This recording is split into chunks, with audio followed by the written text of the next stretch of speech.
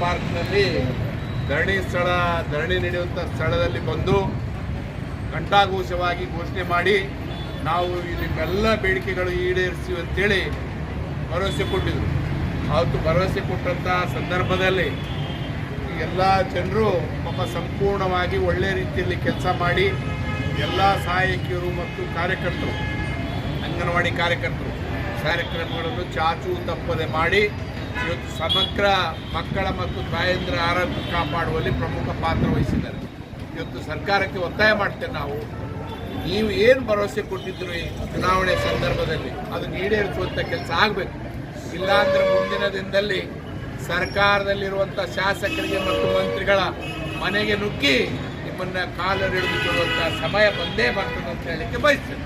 ಸಂಪೂರ್ಣ ಕಾರ್ಯಕರ್ತರ ಬೆನ್ನೆಲುಬಿಗೆ, ಸಹಾಯಕಿಯರ ಬೆನ್ನೆಲುಬಿಗೆ ನಾವು ಶಾಸಕರಾಗಿ ನಾನು ಯಾವತ್ತೂ ಬಯಸ್ತೇನೆ.